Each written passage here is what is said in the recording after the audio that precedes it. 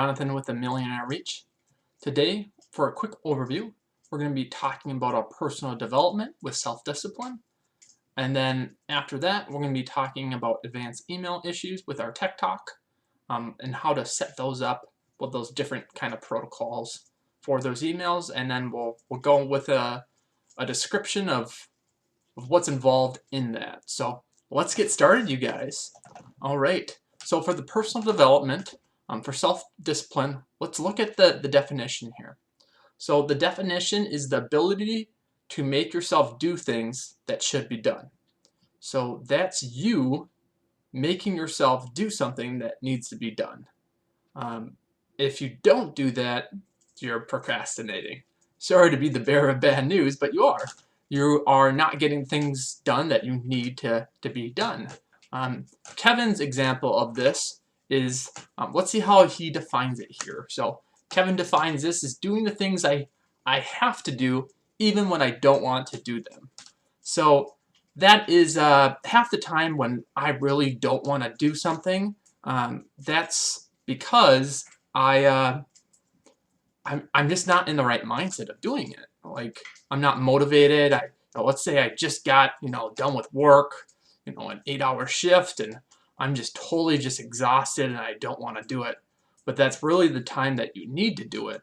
So I guess the first step for me, at least, is I have to get something in my stomach to get me that energy. The next thing I really focus on is the dreamscaping. That's critical because that puts me in the right state of mind. And then after that, I do my 3 Ps.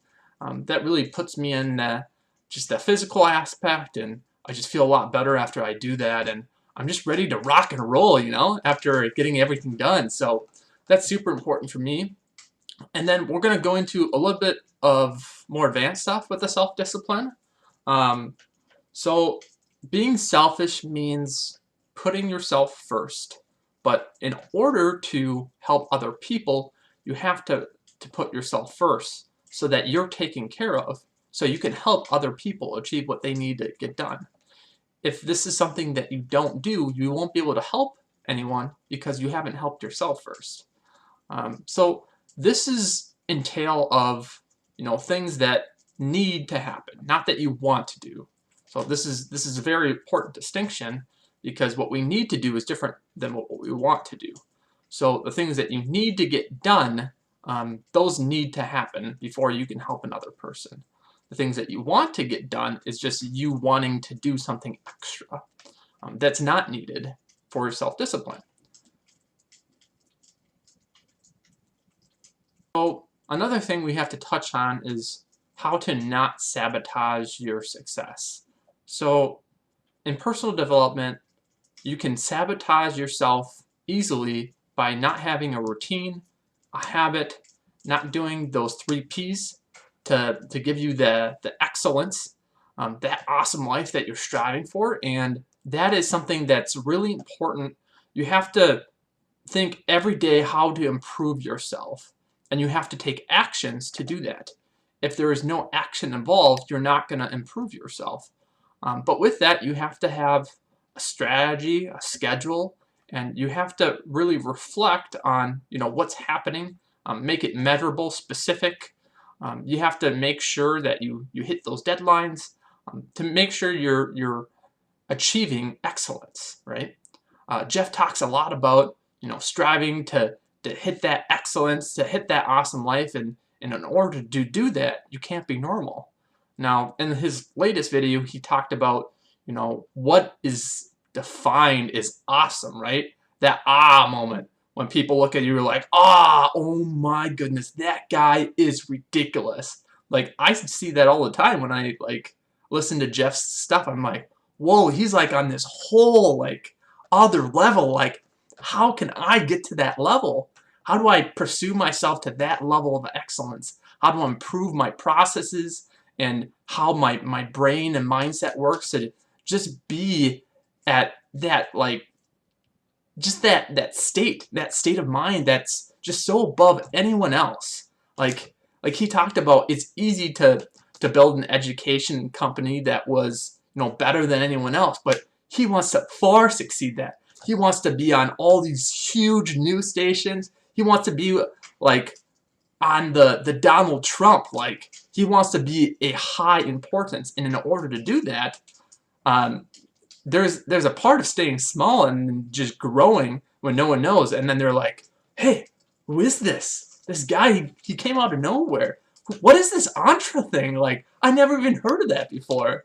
It's just super exciting. I'm so excited what Entre can be and what you guys can be, because we're creating Entre.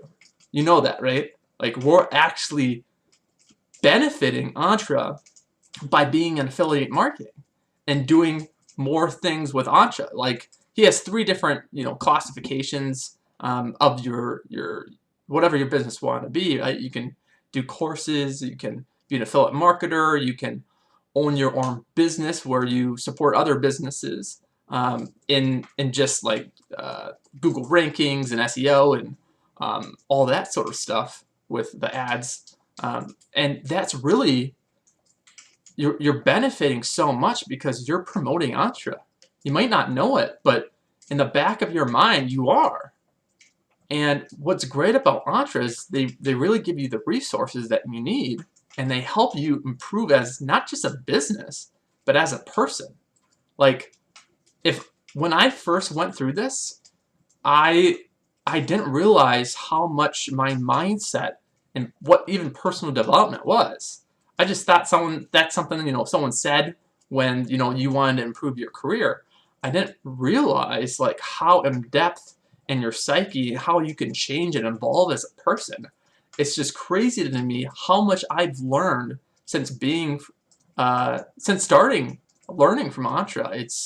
It's really just mind-boggling of how much I've learned about myself and personal development, and I'm growing as a person each day, and it's just truly exciting to see where things will be here.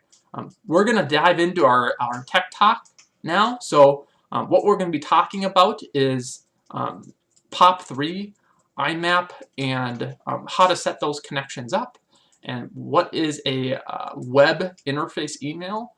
So that's more like a web portal via a website, but we'll talk more about that in a little bit here. All right, so let's dive into the tech talk, talking about IMAP, POP3, and web email. So your web email is a way that you can log in to your email via the internet browser. So you can have a bunch of different internet browsers. The top ones that we have out there right now is Google Chrome, Internet Firefox. You have Internet Edge or Internet Explorer. I like to call it Exploder because it goes wrong half the time. And then you have Safari, which is for Mac. For smartphones, you just have an internet browser. For Android, it usually just says internet. And then for any iOS device, for Apple, you would have, I think it's called, let me think of the name. I think it's Safari still, or I don't have an Apple phone, and I'm not a big Apple user. But yeah, there's a specific internet browser. I can't think of it off the top of my head for iOS devices. So let's dive into it anyways. So this is a way that you can create an email on any Windows computer. I think it still works for Mac. You can use this too as well. So it is multi-platform, but it's a way that you can create emails. It's an email application that you can use for your computer. That's basically what it is. And what it allows you to do is create an IMAP or POP3 connection. So we're going to dig into how to set those up. But I just want to talk to you just briefly about the difference between IMAP and POP3. So typically, in an IMAP connection, what that basically means is it lets you sync to all your different devices.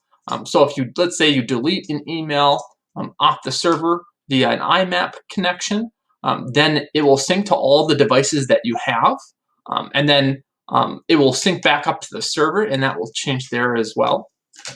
In a POP3 connection, what that does is it takes a copy of your message It brings it down from the server where it was located to your local, just to one computer, your local computer, and creates a copy of it. Now, typically it does delete the message off the server, but there is settings that you can change, so it keeps it on there as well. And then we're just going to briefly touch on port numbers. So port numbers for an IMAP connection is 143. Usually, if it's not authenticated with a username, with like security for SSL or TLS, just for encryption, I'll be on port 25. Depending on how it's set up with encryption, for the outgoing, it will be at 587 port or 465 port. And then for POP3, you have the port, the incoming port will be 110, and outgoing will be 25, 587, or 465. All right, so let's dive into it. Next, we're just going to kind of go through it. So when you're creating the email type, the instance that you want to select POP3 or IMAP. So first, I'm going to download the program here, and then we're just going to go through just a basic setup to see how it looks like. We're not actually going to create an email account, but we're just going to go through and you can take a look to see what that looks like. So I'm downloading the application right now. Now I'm bringing it up. It'll ask you to, if you want to help the Thunderbird platform, you can make a payment to just help with their platform, just because it's free. So I want to open this up here, and then it is extracting the files. I'll just go through this here. We're just going to do the standard. We don't want any customization.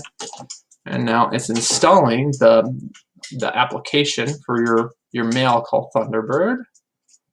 And let's launch it after it's done.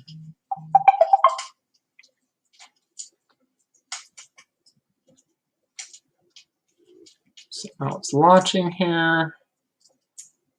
All right. And to set up your email, you usually want to manually configure things. So we're just going to say this is test 1000101 and gmail.com. We'll just say this is a test. Let's say continue. Now you can see that it's automatically saying, hey, I want this to be an IMAP, but you can select POP3 just depending on how you have it. Now, if you configure manually, you can change exactly what you want. So this is going to imap@gmail.com, and then the SMTP. So this is the outgoing server settings. This is the incoming server settings. It's using, let's see here. So 143 is for plain text. That's what they use for. For SSL, you would want to use the 993. And then 25 is for, this is for your outgoing port number. Now this is, if you don't want it encrypted, 587, I believe that's SSL, and I think 465 is TLS. I can't remember off the top of my head, but I believe that's what it is. And then I'll actually ask you what kind of authentication method that you would want for that. So you can put, the normal password, encrypted password, and there's some different encryption types. These are more advanced, and we don't usually go through those, but you can look into them if that's something that you're interested in. And then you can actually go to the advanced configurations here. So if you go there, let's bring the application in over here, and we can see all the different settings that we would want. So you can see if for the server settings, how often you want to check for a message. You can see if you want it to check for a message right on startup, notifications to arrive. You can choose when you want to delete from a specific folder. There's options down here just to clean things up if you want to do that. And there's a bunch of different options here of how you want it to look and what you want it to do. There's some junk settings, synchronization settings here if you want, end-to-end encryption if you want to do PGP. So PGP is the most advanced encryption that Edward Snowden uses. So you could do that if you want to do that. And then this is just gives you advanced settings. So this is mainly used if you have multiple instances of the inbox on your email. If you want to create like an IMAP, a POP3, and then you can pick what kind of the outgoing servers, what server settings you want to use. So that kind of comes in handy when you have multiple inboxes. But yeah, so that's just the general difference between IMAP and POP3. And then your web interface is just logging into the website there. And then after you're in the website, you can just log in with your username and password. You want to make sure that the website is HTTPS compliant. HTTPS, that stands for Hypertext Transmit Protocol, secure. If it doesn't have the S, that means it's not encrypted from your client computer to the server. So we say client device just because that can be any kind of computer that would be establishing that connection. If you have like a business email, you want to be HIPAA compliant, especially if you're dealing with health information. To be HIPAA compliant, you want to make sure you're actually on the platform. So this isn't a way, you wouldn't really use this for a business class email if you're dealing with those kinds of things. You just want to make sure you're compliant so you don't get in trouble with the rules there. But yeah, that's just a general overview of how to set up your email via IMAP, POP3. We talked about just the description behind it and what's involved. And then I just took you through the different settings and how you could set it up on your computer if you really wanted to do that. Now, if you have questions on whatever platform you're using as your email client to set that up in an email application, what I would recommend to do is just go out to the instructions on their website. They'll have specific port numbers that are used and authentication and things like that. They'll all be in their documentation on the platform that you're using for your email. So I would recommend that you really look into that. That's going to be really important. But when you set it up, you want to make sure that it's a POP3 type. You want to make sure you have all the POP3 settings, and for the IMAP type of an account, you want to make sure you have all the IMAP settings. And that concludes our Tech Talk for today. Feel free to like and subscribe, and I appreciate any feedback. If you have questions, I'd be happy to answer that. And you guys have a great rest of your night. If you're watching this via Entra, you guys have a great rest of your night too. Thanks for tuning in, and I will see you next time.